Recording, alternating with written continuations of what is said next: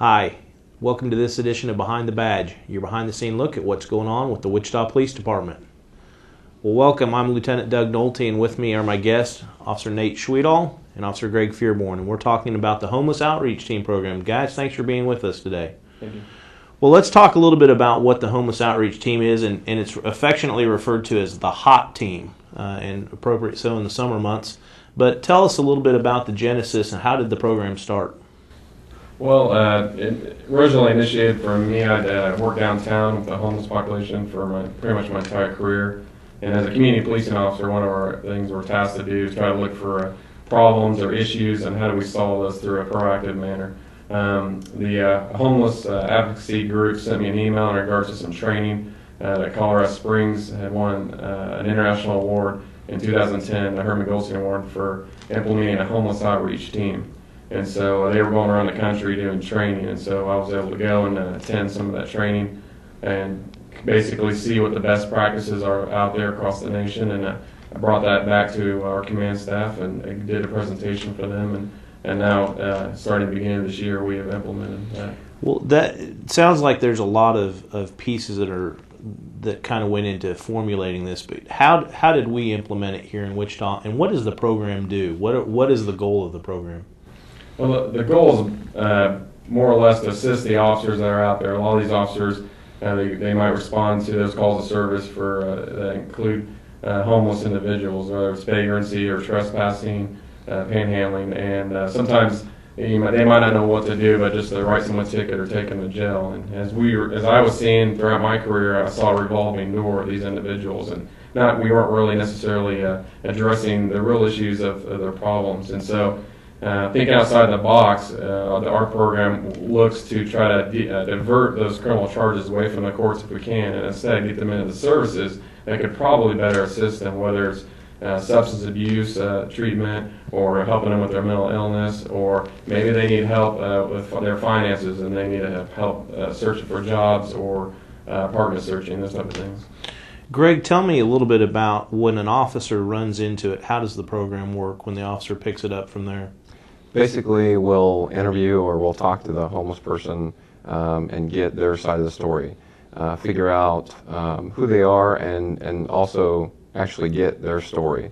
And so you're kind of building a relationship there, building a trust, and that's kind of one of our first things that we do is to break down the barrier of here's an officer in uniform and just try and have a normal conversation. I imagine it's pretty intimidating for them if they think that we're there for an enforcement action, right, rather than actually there to help them get maybe back on their feet. Yeah, and there's some tools that we use to do that. We have a lot of organizations that donate items to us, and we'll give those out, and that will kind of help break down that barrier. Once we do that, we kind of find out what they need and what they have already, and then through all of our services that help us, we basically refer them and get them where they need to be to become self-sufficient. You know, that brings up an interesting question, and both of you can address this, but there's probably a thought out there that every homeless person is the same in terms of what they need, and they don't have a place to stay. But that sounds like it's completely 180 from what's probably true. What do you find are the services that these people need, and how do you connect them to them?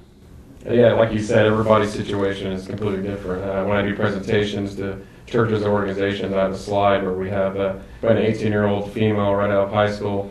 She was in foster care all her life, and then all of a sudden she was released, and she didn't know what to do, so she gave us a call. And then we have another picture of a 70-year-old homeless vet who'd been on the streets for 30 years, and it looks like maybe your typical homeless that you would think. We see all ends of homelessness, and we really have to be able to be good to adapt and change and look at specialize in what each individual needs. So have you guys seen a lot of community support for it? And if so, who are the partners that are coming to help out? I think we received more community support than we would have imagined. That's awesome. And that was kind of what helped this program start, was all the support. And there's probably too many to list. I'll name some, but I know that I'll leave some out. But Open Door is probably the first place that we usually start with someone, and that's the daytime shelter. The Union Rescue Mission is the shelter for men. And then when we house people, we're using a program that's the city and Sedgwick County funded Housing First program. And when we do that, we also look for furniture, beds and couches, food and clothing, and we go to His Helping Hands. And that's one organization that we refer people to when they call us asking if they can help, because that's a big organization that helps us furnish people's apartments when we get them located. We also have businesses that are coming out and helping us too. I mean, we have a program that we're still funding for money to help the homeless. It's called our Finding a Way Home program. And I know Davis Moore and Coleman have helped with that. Ribbit Computers also helps us with our phone service. We get a telephone number that they pay for, and then we're able to get calls from homeless and providers and go out and make those contacts. Well, it sounds like that if people want to help, there are a lot of places that people can go to help out, whether it's giving time, giving money, giving other resources. And that's kind of what I think this kind of typifies this program, is that it's a community program. This isn't just a police department program. This is a community program. How do you foster getting out there and getting the word out to people? How do you do that? Part of that is through some of our community organizations will allow us to come and speak at their meetings and their and group events. We'll go to neighborhood associations. We've been to, I think, some DABs, District Advisory Board. But then part of it is through different events that we have, or if we go and house people or we're getting homeless into housing, the news media likes to come along and get some of that story and get their side of the story. And they've also been through the Finding a Way Home program, which is our bus program. And that's kind of the program that we're pushing right now, and to get more support from the community for that program, because that program allows us to help individuals that are homeless here that may not be homeless in other cities or state in the nation, and we're able to bus them or assist them in getting there. And so part of our program is we'll do the research in the background, and we'll make sure that they have a support system, whether that's a job or family or friends lined up that can help them and they have a place to stay. And so that's kind of the program that we've established through the Salvation Army, another one of our partners. And they're a 501c3 company, and we're asking people to kind of help us out with that program. Well, it sounds like again, a lot of moving pieces and parts to this, and you guys have kind of been a behind-the-scenes catalyst to get it here. But ultimately, for the police department, can you speak to what it means for the officers out there when they do run into this? How have they responded to the program? I think they've received it very well. We thought there might have been a little bit of resistance because it is something different. I mean, we're used to just taking people to jail and then going on to the next call. But what the officers are finding out is maybe the same guy that they've had calls and calls and calls before for maybe panhandling or drinking in public. We go out there, we make contact with him. We figure out, what's his issue? Like, what's something we can help him out with? And is it substance abuse? And then instead of taking him to jail, we'll get him into our substance abuse place, like Options. And then they'll work with all their counselors that are really good to help him through his recovery. And then once he's recovered, then we're going to continue further working with him with his job, and then also getting him to become self-sufficient and off the streets. When that occurs, officers are saying, hey, where's so-and-so? And they're like, well, we helped him. He's self-sufficient. He has a job right now, and that's why you're not dealing with him anymore. So the officers are seeing how we're working, and they're seeing the benefits of helping these individuals that maybe they really didn't know what to do with them at the time. So now they're starting to call us a lot more. That's great. Well, you touched on it, Nate. I think you said that you had an 18-year-old girl that aged out of the foster care system, as well as a man in the 70s. How many people have you placed since the beginning of the year? Well, I have some statistics right here, and just from February to May is what we have, because we started about in the middle of February. And as far as actually getting we put about 60 into shelters, but as far as permanent housing, we had 26. I think this is even higher. We're in the 30s now. Wow. And we've reunited 20 with friends and family. We've had over 700 homeless contacts. and around 138 911 calls for service for us. That's amazing. I mean, that really, I think, underscores the need, but the fact that you guys were willing to take on kind of a tough challenge. I imagine that you had some barriers along the way, and so the fact that you've hit these kind of numbers in just a short amount of time is really awesome. Well, I think that there's probably a few stories that you could tell out of all those people that you've helped. Can each of you kind of maybe think through and give us just a quick rundown of something that was especially meaningful to you in terms of helping someone out? Nate, maybe we can start with you. Yeah, I got a call from a concerned citizen one time a few months ago. She said there was an elderly man, and he was about 70-some years old, 70 or 71, and he was living in a car in a park. And she had made contact with him and then gave me his phone number. He did have a phone, so I gave him a call, made contact with him. He was all he had was Social Security. The only thing he had to live in was a car, and he didn't want to get rid of that, but he was making car payments on it. And so I worked with him and his finances, and he was on a limited income, and I was able to find a senior living place that would accept him, that instead of paying $400 or $500 a month for an apartment, which is typical, we were able to get it down to $220. I also worked with the payments with him on his car company, and they was able to extend his loan to reduce his monthly payments down.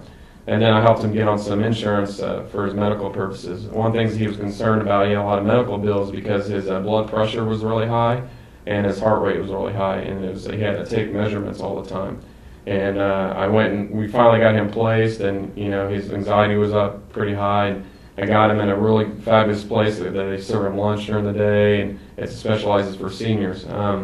About 2 weeks ago, I was going out there. I just happened to run into him, and he looked great. He had gained some weight. He had a big smile on his face, what I hadn't seen before. I said, "Nate, I just wanted to tell you thank you." I said, "Well, why?" And he said, I don't have to carry around my heart meter anymore. I don't have to do any of that. There's a lot of medications I had to get off of now."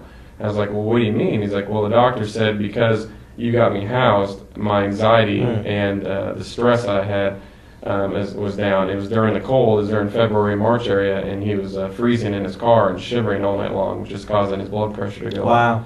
And now he's off his blood pressure medication. He's doing great. That's awesome story. Thanks. Greg, what about you?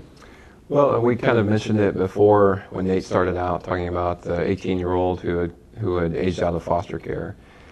We initially got a phone call from her after one of our stories aired, and our phone number was publicized, the public number, the 854-3013. When she called, she didn't have a place to stay permanently, and she was kind of bogged down by some of the things that had happened previously, some things that happened when she was a juvenile, some minor infractions that she wasn't able to pay because she was a juvenile and had turned into some collections. And we were able to meet with a couple of donors who were gracious enough to pay off some of her fines. We were able to set some new court dates for her, and she finished everything. She finished all requirements for probation. She finished all and paid all of her fines. And one of her lifelong dreams was to go into the military. And so we started researching different branches, and we were able to make contact with the local recruiting office here for the Navy. And we made several trips there, and she actually successfully completed her ASVAB testing. And she has one more small obstacle to take on, and another organization, His Helping Hands, is helping her with that. Great. And then once she completes that, we're confident that she still wants to go into the Navy. And until then, we're able to get her into housing, so she has a good place to live, and she actually just got a full-time job last week. That's awesome. Well, obviously, I mean, without this, these are the people that would probably be calling or taking up resources. So now they're living very productively, and it's got to make you feel great to know that you're able to make a difference in someone's lives. Yeah, when you talk about resources, there was a study done in Colorado Springs by Pikes Peak, and they look at what the cost is for a homeless person if we didn't do anything. And the average cost per homeless was $54,000 a year in resources. Wow. And so even if we were to do the Housing First program, which is we get in and pay for an apartment and then work on them being self-sufficient so eventually they pay for it, we're still saving money, the taxpayers and our society money by doing that and working around the real problems. But if we sit back and do absolutely nothing, as you can see, $54,000 times hundreds of homeless. It's a big amount. It's gonna cost. Do you know how many homeless are estimated to be in the Wichita area? Yeah, we do point in time counts every 2 years, and it does vary from year to year. I mean, it's been as high as 600. I believe now it's around the 500 range.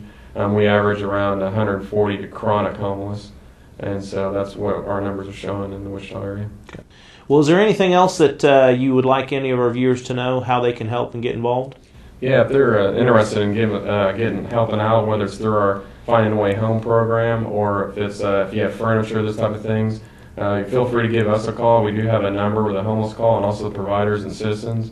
That number is 854-3013, and we can assist you on figuring out how you can help out our program or others. Great. Well, I'll tell you, I think that from the police department standpoint, that we appreciate the work that you guys are doing in getting this started so that we can actually truly get some help to the people that need help. And we can certainly use the community's partnership in this event as well. Well, I'm glad you took time out of your schedule to watch this episode of Behind the Badge. We'll look forward to seeing you next time.